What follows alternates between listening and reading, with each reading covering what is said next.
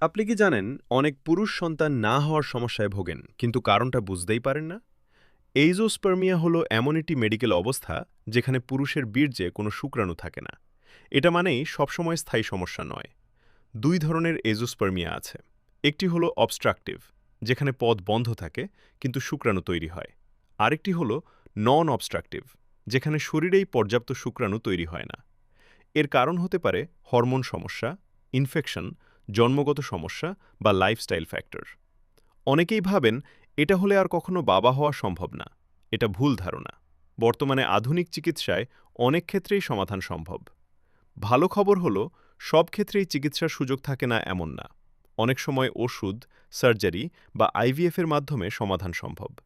তাই সন্তান না হলে লজ্জা না পেয়ে ডাক্তার আসাদুল ইসলাম স্যারের পরামর্শ নিন। সঠিক সময়েই সঠিক চিকিৎসা জীবন বদলে দিতে পারে। আসসালামু আলাইকুম ওরহমতুল্লাহ।